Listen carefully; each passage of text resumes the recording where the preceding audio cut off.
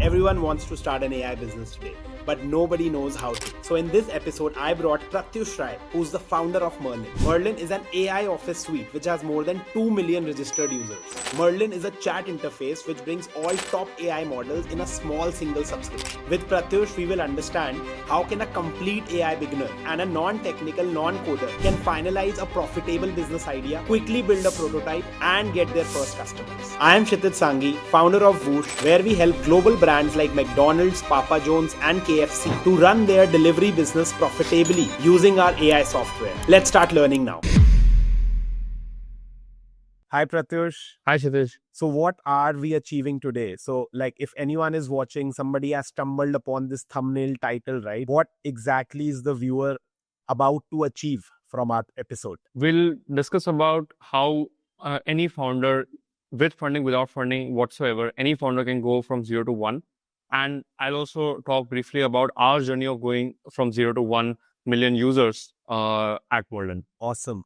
So let's say any non-technical person, right, who's like an aspiring founder or somebody who's already a founder but struggling to take it to the next level, they will basically understand how to go from the idea stage to building an MVP, from there to get their first user, and then to sort of scale it to the next level, just like you have done with Merlin. Yeah.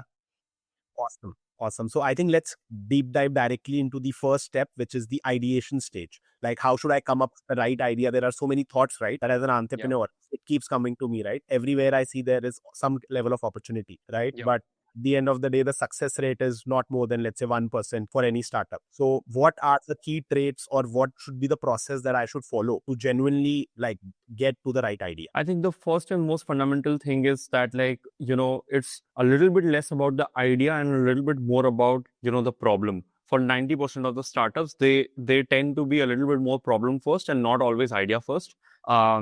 So the way in which I would think about it is that what problem are you trying to solve for? And if you then think from a problem lens, then there can be two categories of macro problems you're facing, right? Like one is something which is your own problem and you're trying to solve for that. Or something which is a problem of somebody who you know, whether it be of a company you know, or your friends or family or colleagues or someone, and you're trying to solve for that, right? So the first and most important step is to identify what is the core problem you're trying to solve for. If you're going from a problem first lens. Some founders tend to also go from an idea first lens, wherein like they have certain macro ideas which are not well formed and which are which are not clearly aligned with one or the other problem. We can discuss more about that as well. But fundamentally, most of the startups which I have seen really succeed are at the early stages as well. They tend to be a little bit more problem first. Absolutely. Got it. So how should I identify the right problem to solve, right? There are, again, problem could be n number of problems, right? What are the key traits, or is there any framework that I should sort of validate as a checklist that, okay, if it falls under this checklist, the probability of it succeeding are much higher than the others? So that's a great question. And I'll share a framework which I learned from Y Combinator. So typically there are 5 to 6 attributes you should look at in order to identify whether the problem you are working on or the idea you're working on, does it make sense for you to spend time on, and can it scale to becoming a large company? The first is this problem really urgent? So for example, if you look at Zepto, you are when you're cooking and there's a particular ingredient which is missing to close that dish. So urgency becomes fairly important at that point in time. And that's why Zepto is a very large company, because it is trying to solve a very urgent problem at that point in time, right? Second important part is whether that problem is very growing problem. Like, is that problem growing very rapidly? So let's say if you look at Coinbase, in the early days of Bitcoin, there was no easy way for anyone to buy Bitcoin and exchange Bitcoin in a, highly secure and transparent way. So even though there were just 100,000 Bitcoin owners at that point in time, when Coinbase came, they saw that this 100,000 group of people that is growing very rapidly. And because that is growing rapidly, it can potentially become a very large business. And that is now being shown in their out. And the third part of this is that a very expensive or frequent problem, right? So if you look at let's say hotel booking, then that comes in the expensive bucket, because you're going to spend thousands of rupees. So any platform which helps you really take the right choice in terms of booking a hotel, that is going to be something you're going to really want to use. Similarly, if it is a very frequent problem, if you need to do 10 clicks every time to perform a certain action, and you need to perform that action maybe 100 times a day, then you're going to put 1,000 clicks on doing something which can potentially be automated using AI. So that was the thesis with which we started Merlin, right? Like, because people were switching tabs a lot, trying to, generate some response on ChatGPT and copying and pasting it on whatever platform they are using for, let's say, customer support, or reaching out to, like, sales prospects and so on. So can we just reduce those thousands of clicks and, like, help people do all these things in situ? That was the original like pain point we started with when we were starting Merlin. So it was a frequent problem. Similarly, Google Pay is solving for a pretty frequent problem. You need to pay money so many times a day, like maybe 5 or 6 times a day. So it's a frequent problem, and so on. Awesome. So from your experience as building a lot of products inside Merlin, right? How have you applied these 3 principles, and has that led to certain growth which you want to share? I think at a very fundamental level, we started with the frequent problem, right? Because shifting tabs was something which we felt is a very frequent thing for a certain category of users, hitters specifically. So we started with that.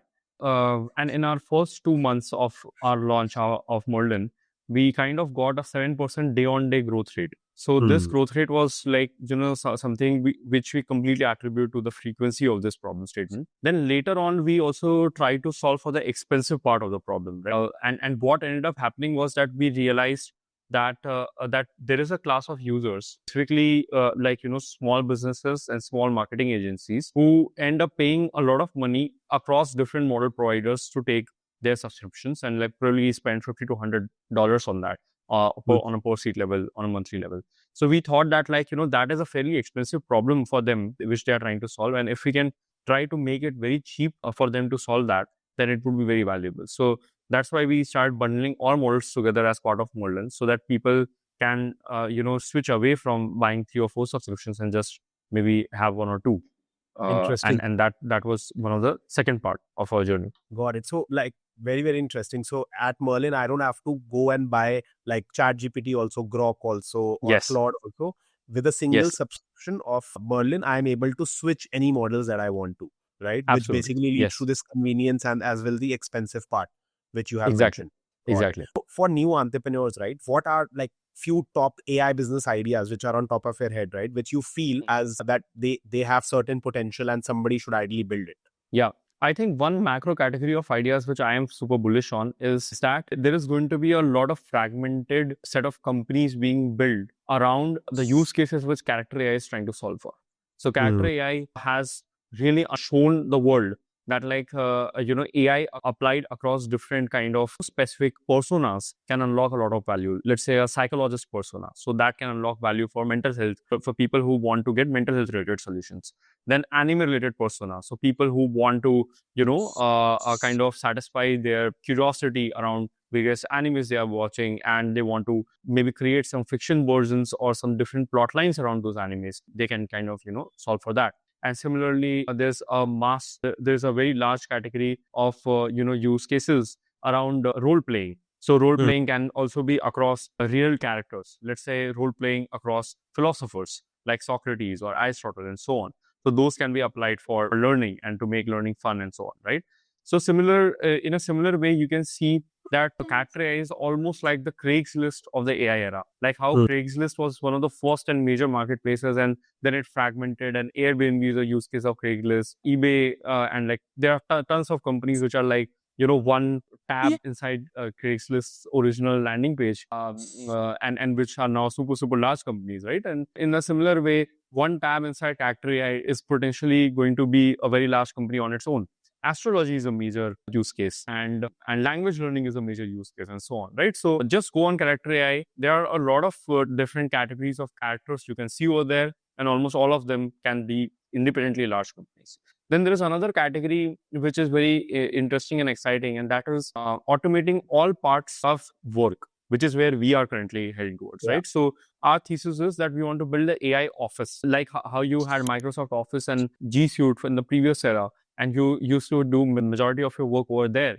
I think people in future are going to do majority of work on something like an AI office where they generate new ideas, maybe synthesize their ideas, share those ideas, and so on and so forth, right? So that is where we are heading.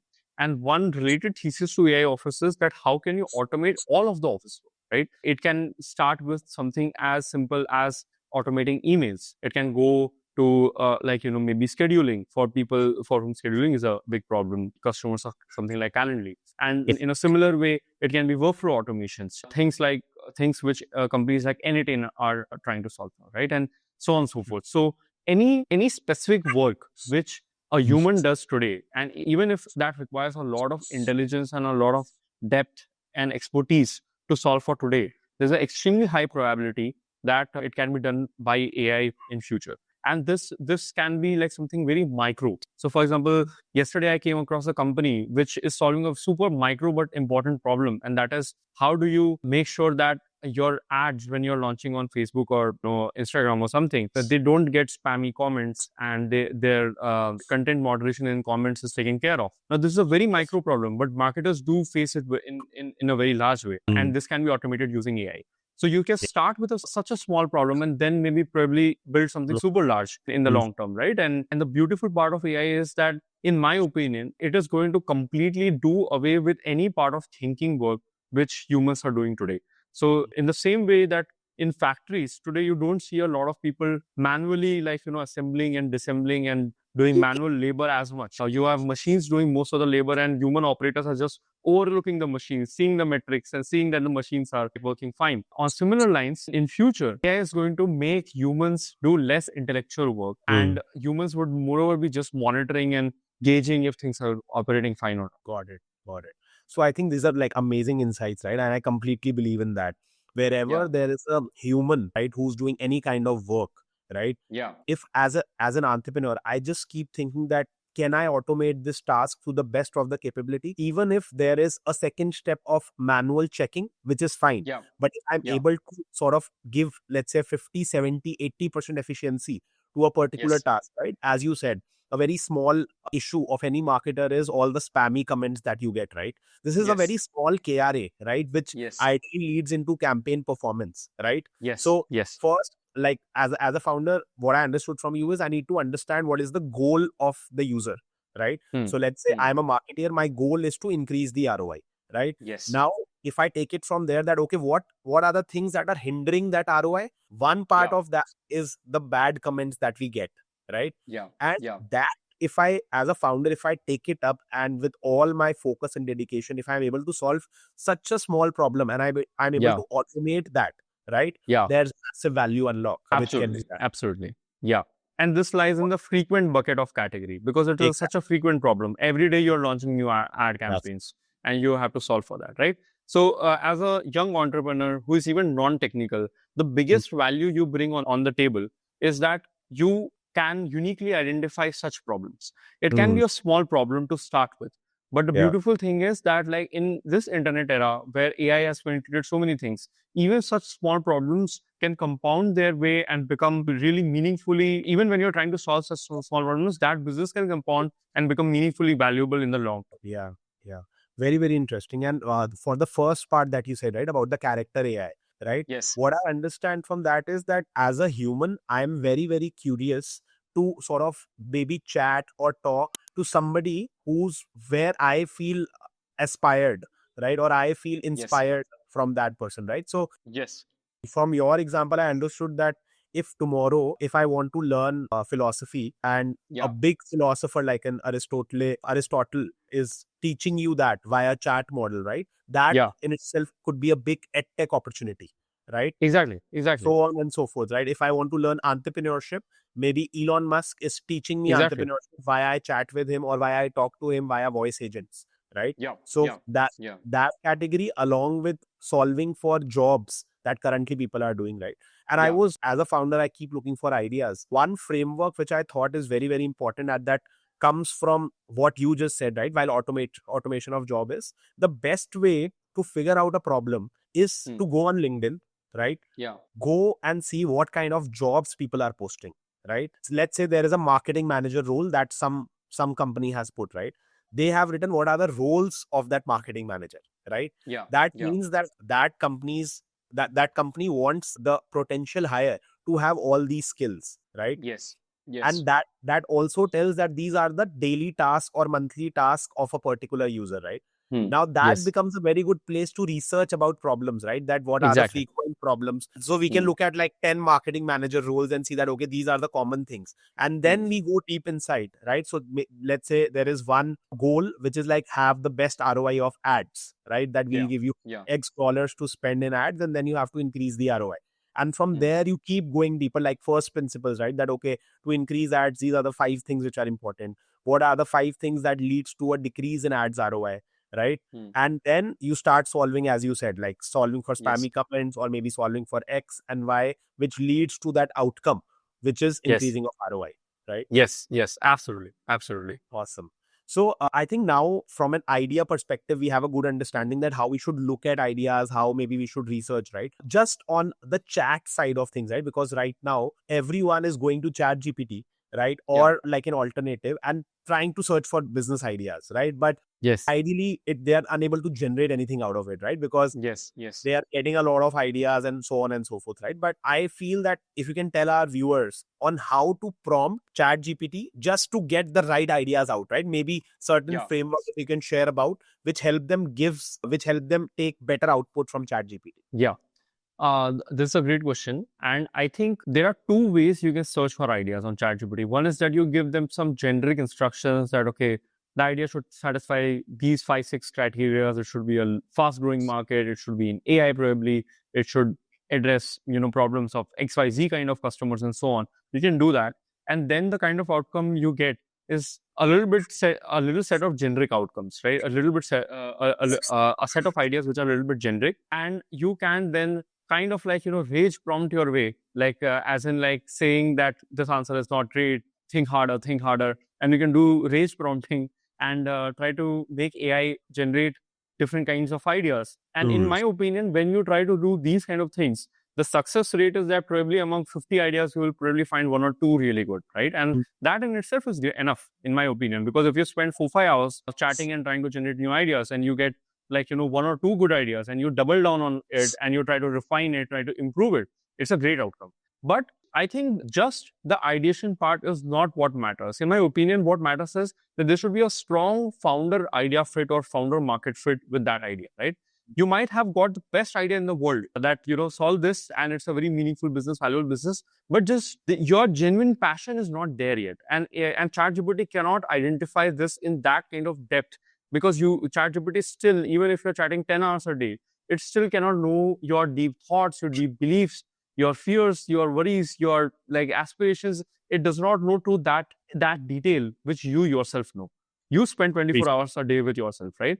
Yeah. So I think to that order, you are never going to get legendary ideas out of just ChatGPT or Yeah. any other AI model or Merlin, whatever, right? So what you need to do is that you need to have some internal direction or conviction that these are certain areas where I don't doubt that am I going to have that energy to work on and solve for that, right? And Interesting. one analogy I have two analogies to think about it, to give, right? There's a thing which is said about Lord Hanuman that if there is a Ram Kaj, which is like, it is also in Hanuman Chalisa, Ram Kaj karne ko atur, something like that. And Yeah. what it means that like if there's a job given to him by Lord Ram, he will go all his way to make sure it is done. Yeah. And I think for all founders, there are certain category of ideas where you can be in that Hanuman wala situation, Lord Hanuman wala situation, wherein you have very deep internal passion that you can survive your way on long weekends and like long nights and just work super hard to solve for that. Yeah. It's those are very rare ideas, but Yeah. everyone has that. Agreed. And just spend some time, like probably if you have prompted your way 4, 5 hours to any AI tool, just spend probably 3, 4 hours doing nothing, literally no watching screen, doing nothing, and then just internally watching your mind and seeing that what are some category of areas where your mind naturally wanders towards and you're liking to spend time doing it, right? What is that Yeah. one area where if you're given that work, you're like Lord Hanuman and like I'm going to get this done, right? Yeah. And I have seen almost every founder out there sooner or later does have those category of ideas. So I was just talking to one founder yesterday who is a non-technical founder like most of you, and who is also a very early stage founder, and he is extremely passionate about astrology. He believes that most of the astrology platforms are just trying to monetize and not solve the actual problems which astrology can solve for. And he deeply believes that his mind naturally wanders towards that and so on. So for those category of ideas, you're going to have the founder market fit, and then use AI to refine your ideas and to make thought processes you have. It starts making a little bit more business sense. It starts getting a little bit more tangible in terms of what can be the first version of an MVP to solve for that. How do I monetize? How do I sell and do those things, right? That is my first framework. The second framework is a far more easier litmus test to identify whether this idea has the potential to be very large and meaningful and deep. And that is the idea as strong and as important as sugar? Now, sugar is the most addictive substance which we consume on a regular basis, apart from water, in my opinion. It is far more addictive than cocaine. It is far more addictive than even cigarettes or any other thing which you see out there. And it is also fairly lethal. But everyone has adopted sugar, and everyone is okay with sugar to a massive degree. You can live without sugar, fundamentally, because your energy consumption is solved for with other food items. But still, we are all deeply addicted to sugar, right? Very few people are not. So one good litmus test is once you have refined whatever idea you have, just think that is this thing sugar to some category of users. It can be a small category of users, like what Coinbase did with Bitcoin. Just 100,000 users at that point in time when Coinbase got started, I think. And for them, having a secure way to transact on using Bitcoin was a massive problem. So making a platform which solved for that was sugar to the Bitcoin owners, right? And if you identify that, and the reason why I say is this a sugar or not is because fundamentally it solves for the depth of pain point. Like, for example, like it can be something which is not meaningfully there for thousands of people. For example, if you're trying to solve for hair loss, maybe like there are 80% of people who are not facing hair loss related problems, so they're not your market. But those 1, 2, 5, 10% for whom hair loss is a major problem, that your product becomes a sugar for them. So don't try to solve for everyone, but like it should be sugar for someone. And if you're not able to see that idea becoming a sugar for someone, then probably it is not a great idea. And that someone, just one final point, that someone should be like, so you should be able to point that this is a person or organization or whatever I know for whom this thing is a sugar. If you have somebody hypothetical that there is a teenage girl in California for whom I am trying to solve for, then like you're just bullshitting with yourself. But if you say that, okay, here is my friend for whom hair loss is a problem and I am making something to solve for, or here is somebody for whom astrology is important and I am trying to solve for them, then that is something more tangible. You have your first customer at least. Correct. And if it is just for yourself, then it is even better. Just be honest about whether it is a real problem for you. I think very, very relatable. And I think I have seen this pattern playing again and again, right? That even Airbnb, they started with just for people who were short of hotel rooms in a place where there's a big conference happening, right? Yes. So that is such a small problem to begin with, right? And then how you expand. And the founder of Airbnb Brian Chesky keeps on talking about this again and again. Even Sam Altman talks about this again and again, right? For us also at Whoosh, right? We genuinely have figured out that if we are building for everyone, then we are not building for anyone, right? I think it's next better that 10 people love your product versus when people just know about your product. It's better to create that 10 user love and then go from there, right? And again, for the founder market fit, right? Over the last 4-5 years that I have started Whoosh, right? This is so important to have passion or to have that curiosity about a particular industry or a particular problem that you are solving, right? Because there will be nights when you are unable to sleep. There will be so many difficult times, right? That let's say you're doing everything, but you're not getting the users that you want. You're not getting the revenue that you want. You are unable to build the world-class product that you started with, right? In that point of time, it is very important that you stay the course, right? And you keep on giving your best. And I think it can only happen if you have curiosity or passion for a particular idea or problem. So I think this sort of sums up the entire idea part very, very well, right? That first you need to have an internal curiosity about an industry or problem. You should do that litmus test, and then you should sort of go inside ChatGPT, figure out, research the market, and as Y Combinator says, right, just to add that, go and talk to people, right, who are facing this problem. As you said, right, if you know who your user is, which is very important, it could be very few, but if you need to know who that user is, go and talk to them, understand whether your problem, that what you are thinking that it could be their problem, is it actually their problem or not. And you may get very different results, or you may get the exact result as you always thought, and that is a bingo or a jackpot anyhow, right? Yeah. Yeah. So I think overall this helps us understand the ideation stage much better. Now let's consider that we have an AI idea in mind, right? Let's say we have a tool that we want to build for marketers, as you said, right? Help them increase their ads ROI. I'm just taking an example, right? Yeah. Yeah. How do you go and build the first version of it, or the minimum viable product, which we call as MVP, right? Yeah. Given I am a non-coder, or like I am a beginner in this. Yeah. Yeah. I think the most important part is that once you have identified what is the sugar of your product, then just try to drill it down until you can like go to the bare minimum, essentially. A lot many times, like let's say if you are like trying to maximize your campaign ROI, there can be 20 problems essentially, which leads to less ROI for your performance marketing campaigns and so on, right? So first, just try to lay out all these problems, have a discussion with your potential customers, the people who you can point out to that, okay, this problem is going to be faced by these people. Go and talk to them and like refine your problems and drill down to 1 or 2 or 3 problems where the problem is also meaningfully important and you can solve it well as well. Both things are important. Maybe there are 20 things which affect your campaign's ROI, but there are 2 or 3 which are extremely important but extremely hard to solve for, or extremely time consuming to solve for. So maybe it's better to not jump into those problems on day one itself. It is very contextual and it all depends on like your own industry, problem statement and so on. But another aspect you need to look at it is that the problem should not just be important, it should also be fairly solvable. Or there should be a path for you to see that, okay, if I do these things, then it will be solvable, right? So once that is done, then you kind of like try to, think about the product, which is like what should be the design, what should be the stack, and so on and so forth.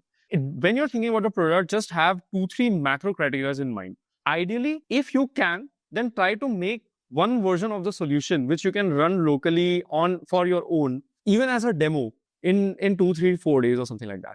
And with AI, it is fairly possible. You can almost demo anything in a few days, a handful of days, maximum a week or something like that. Just give yourself as less time as you can. Once you have reached to that, is there any tool that like the user can build this MVP on, right? Because right now there's so many AI tools and there is like, everyone is talking about different tools. Is there any specific tool that you have used or you feel is the right tool to build this kind of an MVP? I think Bolt and Lovable both are fairly good. Like Bolt, Lovable, V0, all these are fundamentally very similar with extremely less set of differences which are there. So you can choose any one of them. Personally, I tend to use either Lovable or Bolt some of the time, but yeah, like you can use any tool. And the user you don't have to prompt it, right? Have to write it that what do they want to build, right? Exactly. That's the beautiful part, right? You can just prompt your way and get a basic version of it prepared. Now, of course, there would be a lot of nuances that maybe you wanted an app to be built and the tool is only helping you build a web app and not a mobile app or something like that. There can be 20 nuances. But for the first version, your objective is just to get something there so that you can see whether it is able to solve your problem or not. That's it. So try to get to that version in a few days. Once you have that version ready, then the next step is that like you try to maybe productionize it and make sure that other people can use it in a smoother way. Add authentication if it is required, launch a build and like, maybe launch that website or whatever you're doing, right? And in that order, you can give yourself maximum of a month or so. Don't try to give more than a month. Month is a super long time. There are companies who have scaled to millions of revenues in a month. So our benchmark should always be against the best of the best. Don't try to benchmark yourself against the average. So you should always look at that in a month. Why can't I launch and get thousands of customers and, get things rolling, or even if 10 customers and get things rolling, right? So have larger benchmarks and then just push yourself to do that. If you're able to do both these things and you have some customers who have started to use it, then the real product building starts, because now you know that what are the parts of the product which people are resonating with. Is it just a stated problem that they are saying, yeah, this is a problem, but actually it is not a problem for them? So let's say with the marketing example, it might be a stated problem for a new company which is just starting out doing performance marketing on Meta, right? That like, okay, I also want to solve for the comments and remove spam and improve content moderation in comments and so on. But for a company which is like running ads at scale and every day launching new set of ads, for them it is not going to be a stated problem. It's going to be a real problem because they have faced this so many times. Right? So you need to be able to differentiate that our customers just trying to state a problem, but they are not feeling it. So in that case, it is not sugar for them. It is just okay, it's somewhere there, but it's not sugar. So yeah, like I think those are some of the important pieces. In order to build product, another thing you can do is, because you are non-technical, use it to your advantage. Go and do it as a service. Like let's say, if just for this problem statement, if I knew nothing about AI, I knew nothing about tech, and I wanted to offer it to a company that you just pay me $50 a month, and how many ever ads you are running, give me access to your ads platform. I'm going to make sure that within a 2-hour period, all your spam comments every 2 hours are going to be paused, and all your content moderation will take care of.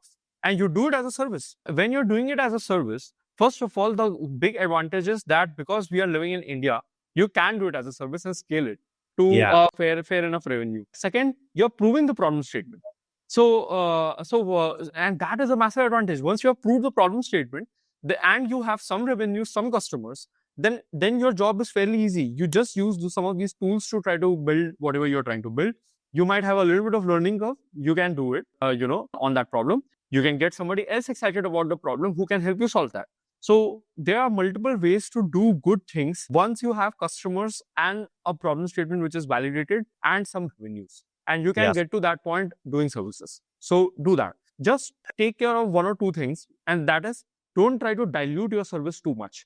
So your customers are going to request you to do 10 things. And if 2 or 3 things are, okay, my ad sets are good, but I want feedback on my ad sets as well. And because you have done performance marketing, maybe give me some feedback on how I can improve my ad sets and so on. Now, the first instinct you should have is, okay, let me try to solve this problem. But is this something which I can productionize sooner or later? If you can productionize, then pick up that problem statement. If you can't, then don't. Because otherwise you'll end up into that service trap wherein you're getting services revenue, but you're spending hours to earn money. Whereas as a product, you should be spending compute and earn money. So the product mindset is very different. So even when you're doing services with your first 5-10 customers, make sure that whatever you're doing, it is not something you're just doing for that customer to get money out of them. Don't do that. Think about productionization of your service. I think very, very important part. And I think this is the holy grail, in my opinion, right? That why do you need to build a tech product when you're not even sure about the user and the problem, right? Exactly. Just go and solve it for them, right? And as you mentioned, do the service part, validate the problem, earn some money, use that money to hire somebody or get somebody as a co-founder to build it for you, and just keep having the product mindset. Right? Yes. Because in today's time, it is very easy to get deviated from your initial plan, because once users start to come in, especially in a service business, they will start asking for everything, right? Yes. Yes. As a founder, you need to figure out, is this problem big enough, right? Are my core users, do all of them want it? Can I productionize it? Or will it always remain a service or not, right? And with that in mind, you should prioritize. Otherwise, you will fall into that trap. You'll never be able to build the AI product company that you started to begin.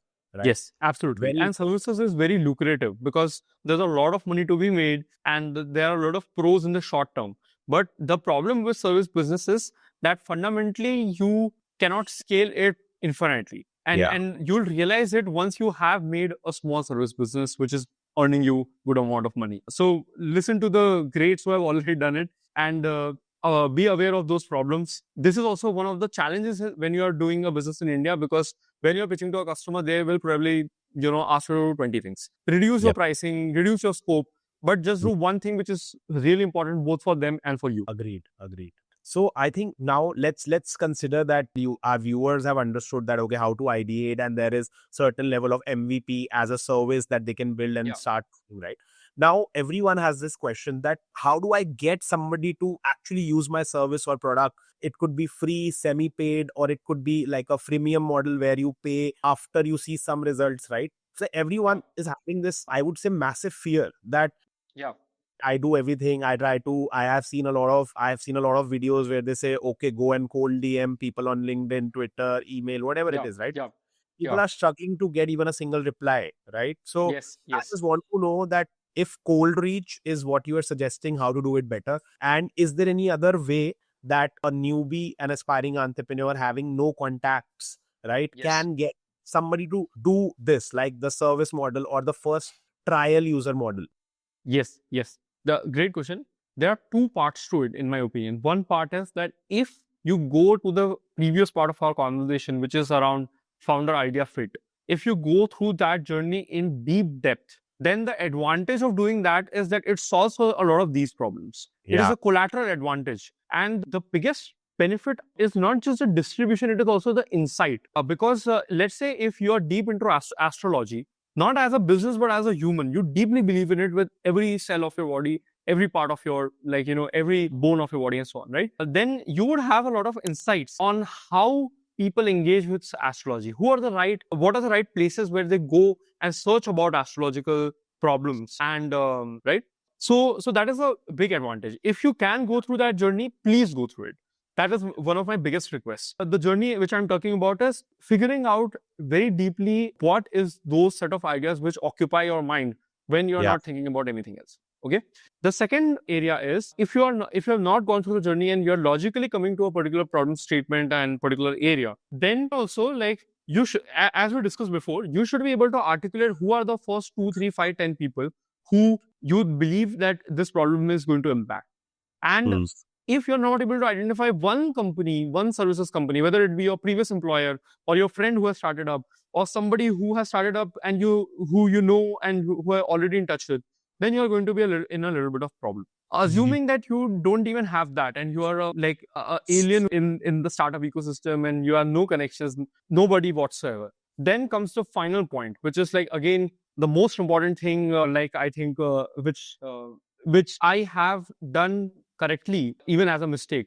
And that is, you should have a great one-line pitch. Yeah. Nothing compensates for that. Your backgrounds, how much ever good it is, bad it is, it's all going to go away. Your all your marketing budget, all the channels, all the gyan you are going to get on marketing, it is nothing in comparison to just this one thing, that one line pitch which you have, which somebody can share in a dinner table conversation. That is the only thing which is going to make or break your company, in my opinion. And I'll Agreed. tell you why. And I'll give you examples from our own journey. When we started Merlin, our one line pitch was press Command F to get ChatGPT on any website. That was Wow. a simple one line pitch. Now, because ChatGPT was getting very viral, and because people were switching tabs a lot at that point in time, even they are doing today, even though there are other solutions, they are doing it a lot today. People are doing it a lot, and there was practically no other solution in the market for around 3 months. We got insane traction for at least the first 2 months out of those 3 months. And that kind of, like, did away with 20 other things which we did not know and 20 other problems which we had. Yeah. We had no paywall. Product was fairly, like, new and of course had a lot of edge cases, bugginess and so on. We did not know how to do marketing at all. Like even today, I think we know very little marketing, but at that time we did not know anything. We did not Yeah. made a good demo. We had almost no traction on any of our social media pages, nothing. The only Yeah. thing which we did right, and that too by mistake, was that we came to this one-line pitch, press Command M to get ChatGPT on any website, and a lot Yeah. of people resonated with that pitch. Yeah. Now, the other part of it is that how do you get to those pitches? You need to make a lot of such pitches. So before doing this, our one-line pitch was, our product was called Oogle for around 2 weeks. Merlin was called Oogle. And the pitch was, it's OpenAI on Google. So we were putting OpenAI response right beside Google searches at that point in time. That one-line pitch did not resonate as much with so many people. Yeah. We changed our pitch and made it this. And it resonated with a lot of people. There's a Agreed. new company right now in the market which is very popular. It is called Cluely.com. You can search it. They were previously called Interview Coder. And their product was that it helps you solve coding questions during interviews so that you can get coding jobs when you are trying to sit for placements or internships or whatever in colleges in US. They changed their pitch and made cheat everything. Cheat interviews, cheat sales, cheat in dating, cheat everywhere. Cheat in everything.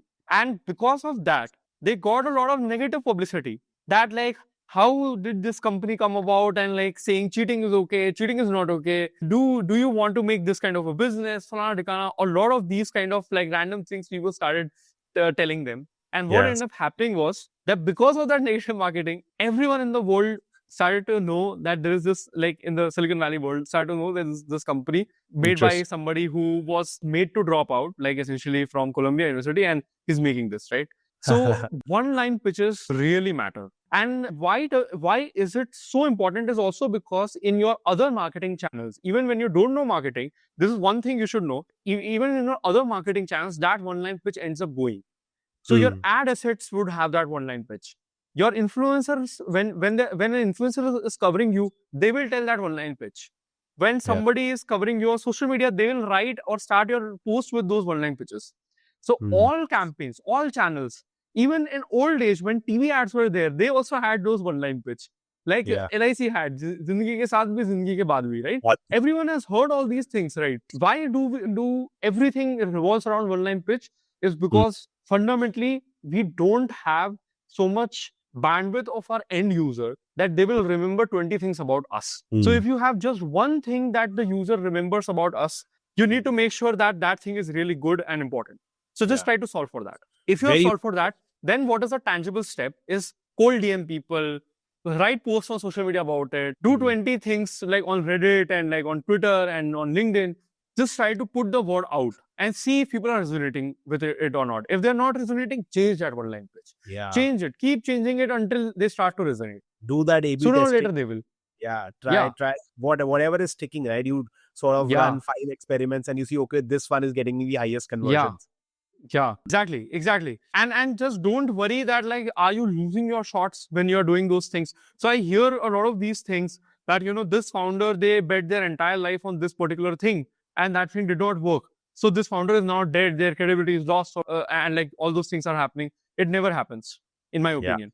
Like I have seen a lot of other cases where somebody has put their entire life into a particular project, it did not work out, and now they're working on the next project. One example is Naval Ravikant. Naval Ravikant worked on that air learn or something, I think. He like put his entire credibility onto it. It did not work out. He shut it and he can still launch another thing. So don't worry about those things. Just make something people want.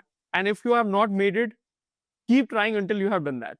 Keep pitching. Keep putting new social media posts. Even if 4 people like it, do it. DM the same big person like who you're trying to get as a customer. DM them 20 things. Maybe they will lose credibility for you or whatever in the short run. But the moment in the long run, you have made something people want, things turn around very quickly. So like just keep shooting your shot.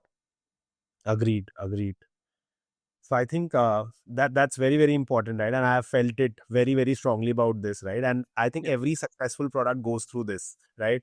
Plus, I think we just need to learn from the history, as you said, the LIC example or the Nirma example, everyone remembers, right? And why that happens is because we have such short span of memory, right? Exactly. And we consider everything and anything to be spammy to us in today's world, right? Where there is overboard of content and ads, right? So to add value in the user's life with the shortest possible way. And what happens that, okay, if that is my problem, I may be able to relate to it. And then if I need it, then I'll remember it because it was so short, right? Exactly. This loop can happen only when you tell them one thing and not 20. Yes. And that one thing also keeps on changing with time. So it might be that like you start with one thing, you get some traction. So our pitch today is not press command them to get ChatGPT on any website. That pitch has changed long back.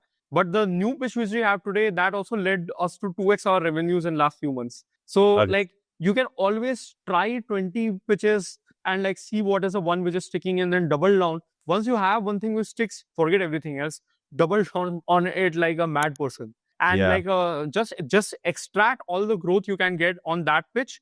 And once that growth is stagnating or you're going to see that it's going to stagnate sooner or later, think about the next big thing. And all the big companies in the world have done that. So Airbnb did not started as a luxury outing or homestay or those kind of product, right? Which is today. Today you see so many interesting villas on Airbnb. It is almost like a luxury stay. It started as like a, couch surfing kind of a thing, right? Wherein you are trying to just save cost and when you're not having hotels, right? Today it is like sometimes even more premium than a hotel, right? So they have changed their pitch so much. Everyone changes their pitch all the time, right? So just be okay doing that. and your objective is just to figure out that one line pitch all the time and iterate on it. So I think this is pretty insightful, right? We went from how do we do the idea stage to how do we build an MVP to how do we approach the customers and get the first part of, or how do we get the initial traction, right? I just want to understand, right, that as an aspiring entrepreneur, right, everybody is trying to learn about AI and what is happening in this industry. How can I build in this industry? But at the same time, there is so much which is happening, right? Every day things are changing, right? If something was not possible yesterday, today it is possible, or later it's gonna be possible, right? So there's too much noise, right? So as a newbie, we keep getting confused that, okay, what should I start and where should I focus? Is there anything that I should even learn? Because whatever I learn may get redundant after a month or so, right? So how do you sort of do it as an AI founder? And what do you suggest for an aspiring entrepreneur? I think the most important thing is, if you have too many options, don't think that it is a bad thing. It's a great thing. I have also started our company before the AI era, and I have been in the other side of the equation where there were very few opportunities. Like, you cannot think about 20 things and you know that 20 things are all going to be large businesses and all going to be great things to work on, right? I think we should all be, first of all, grateful that we are living in a world where there is noise and you have a lot of opportunities right now, right?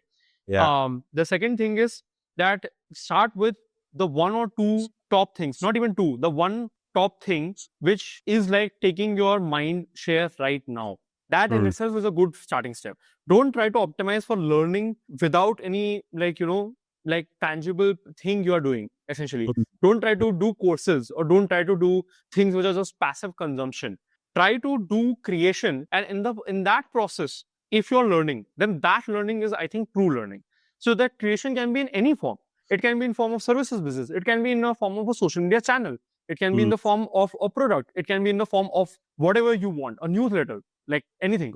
But do start with creation. And in that creation process, your mindset changes and you start to think a little bit customer first, reader first, watcher first, or whatever. And you then optimize for your learning. Because now you know that what you're trying to optimize for, which is your customer, reader, watcher, someone, right? So your learning will become far more tangible and real when you do that.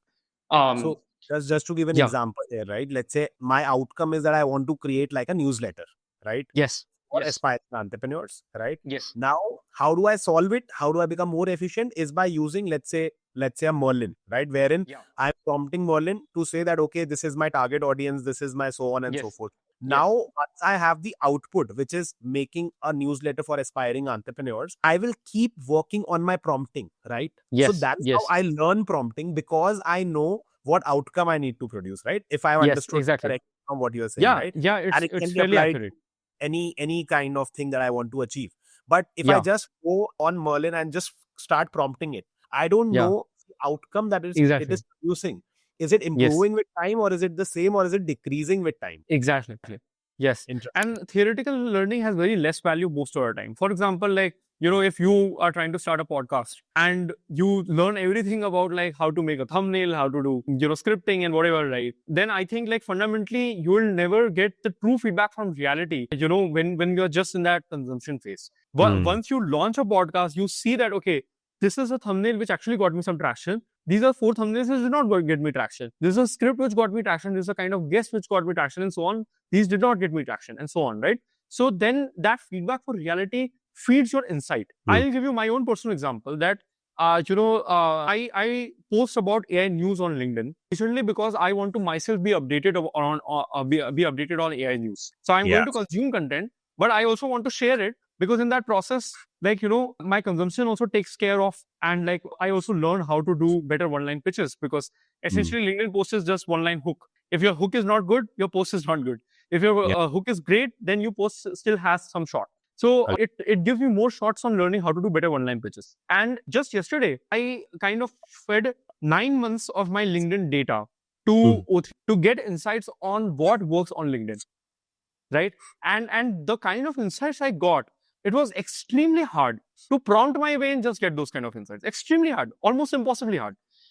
And then after doing this exercise, I realized, why can't I do this for all the top creators of LinkedIn?